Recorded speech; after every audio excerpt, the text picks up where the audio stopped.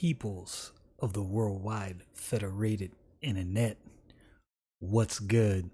It's hard out here for a pimp.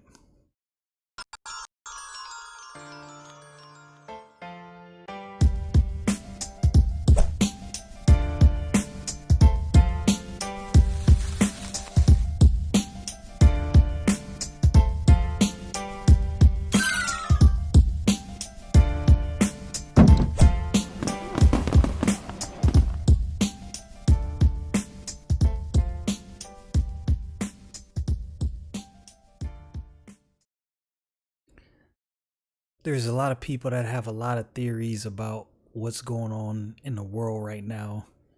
And, you know, the deep state, um, pedophiles, QAnon, there's a bunch of stuff. A lot of the stuff I don't cover and I don't talk about because it's too much information for most people to take in at one time, I think.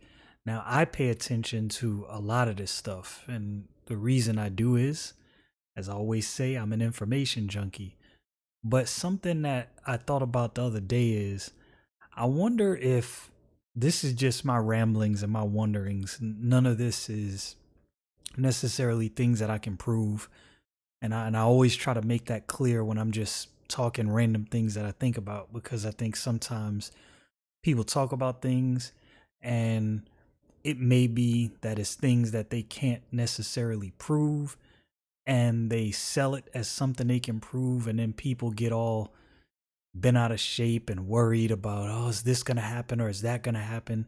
There's a lot of confusion, a lot of concern, a lot of worry. So these are just my ramblings, the way things work in my brain. So join me on this walk.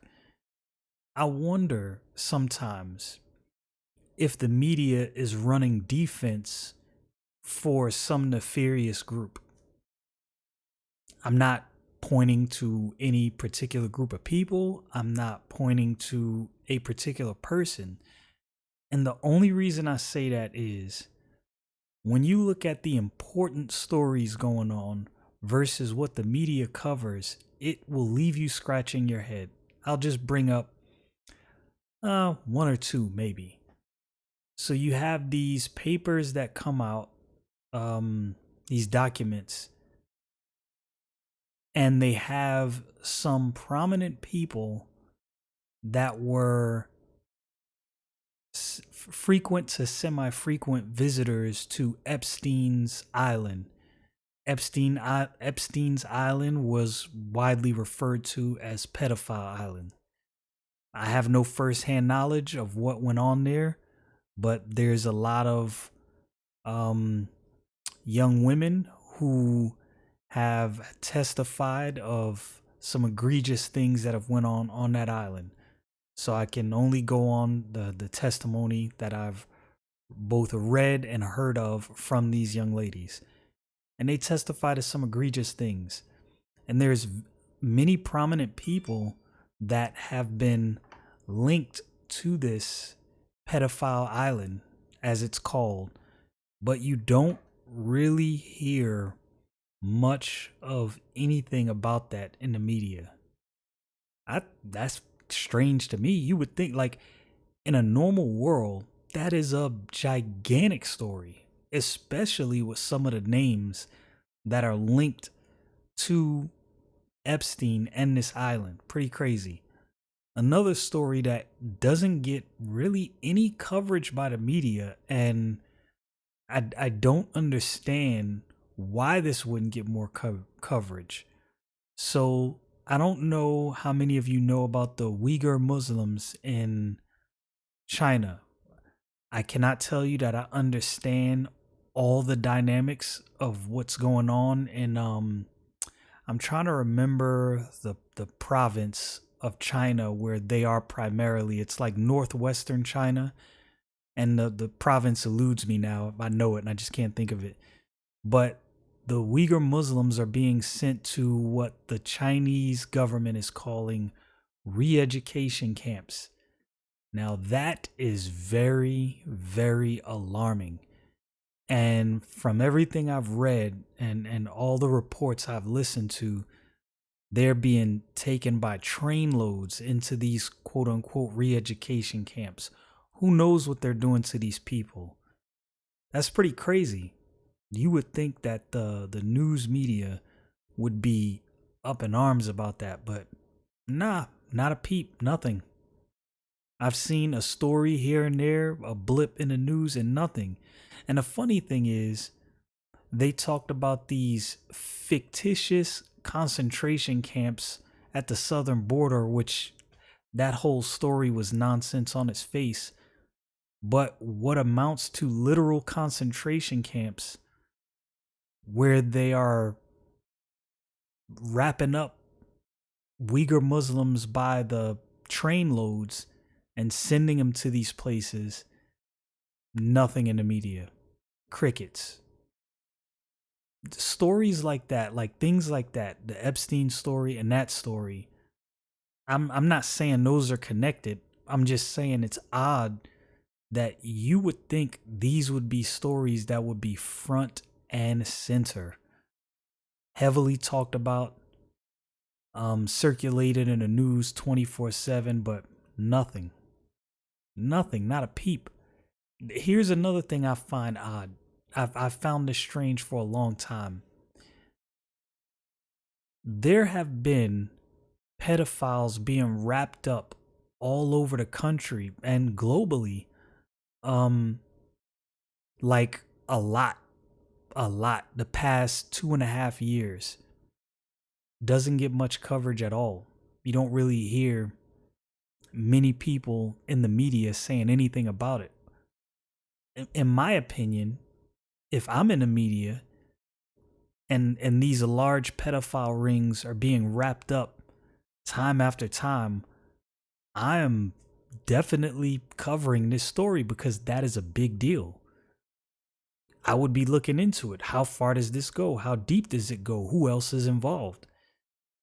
But silence, crickets.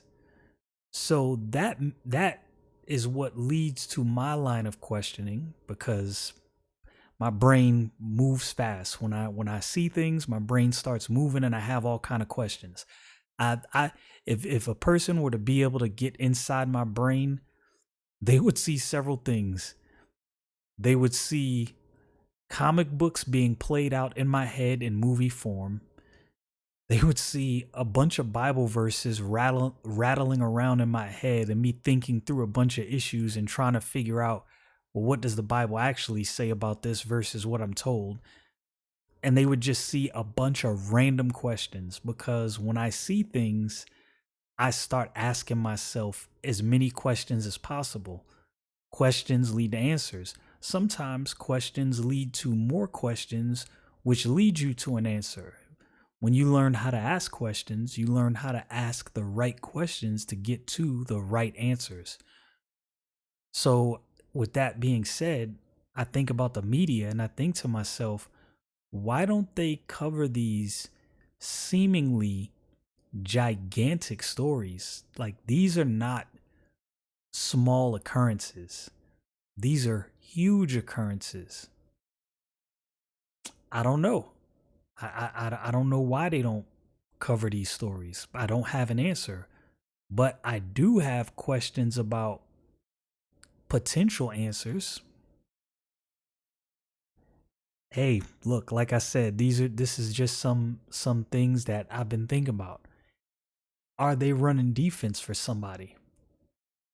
And if so, who would they be running defense for?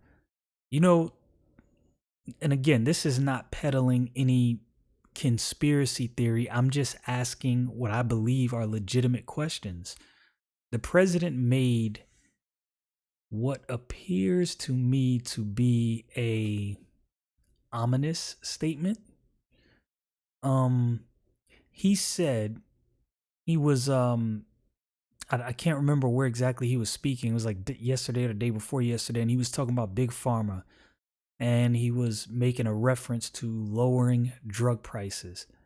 So in that instant, when he was talking about lowering drug prices, he talked about a lot of rich people really not being happy with him right now, really not being pleased, which I'm not surprised by that. What I am, however, surprised by is when he said, "You might not see me for a while." I mean, again, not selling any conspiracy theories, asking legitimate questions. Why would he say that following that statement? So again, my brain starts racing.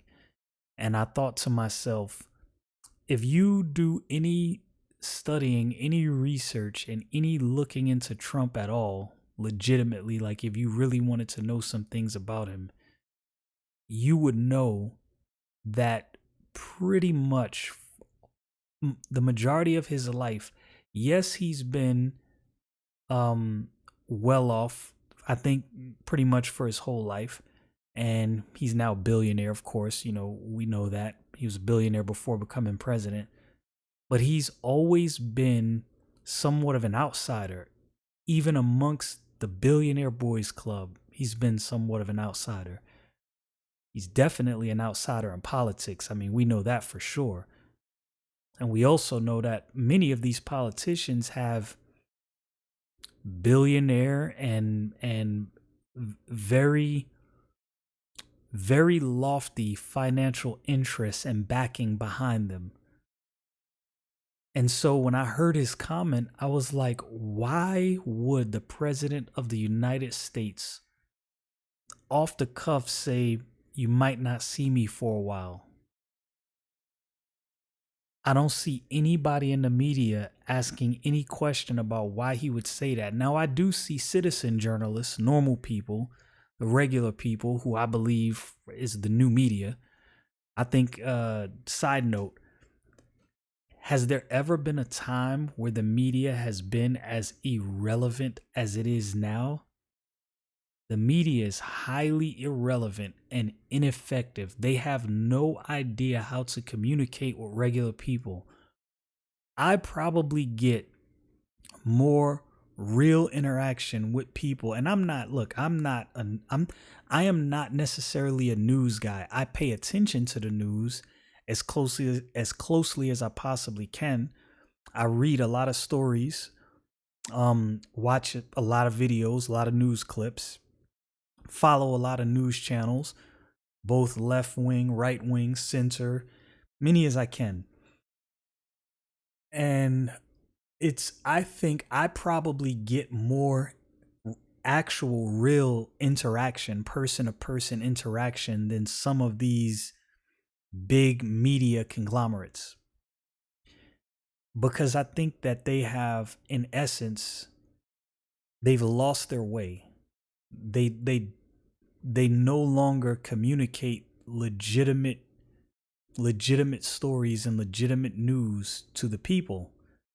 The president made reference to that, and he made reference to something that again got me asking more questions. He said if the news media was more honest, this country would be in a much better position. And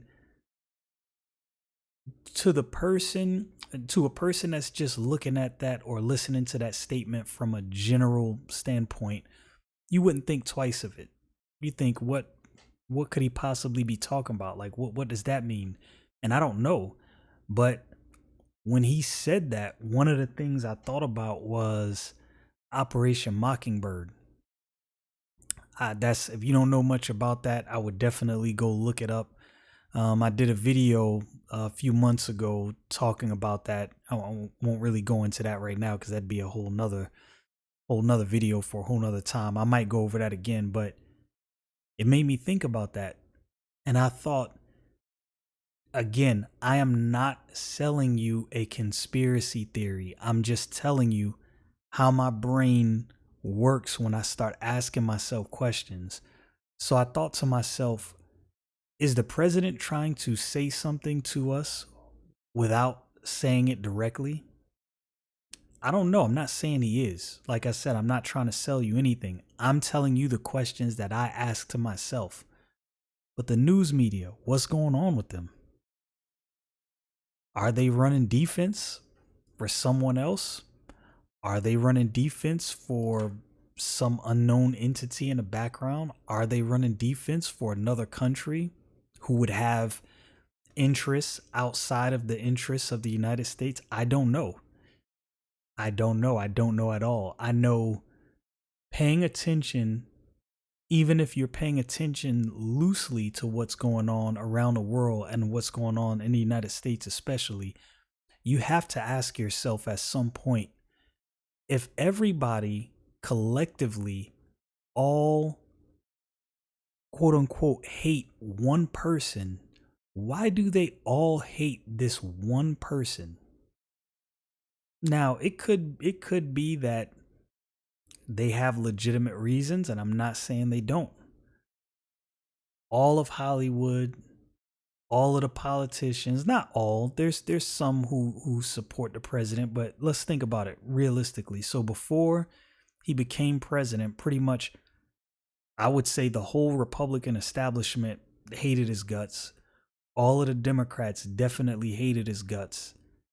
The media definitely hate his guts. You have one channel, Fox News, which I don't think Fox News is any better than any other news channel, but they were probably amongst the only channel that actually had anything positive to say about him and actually showed support.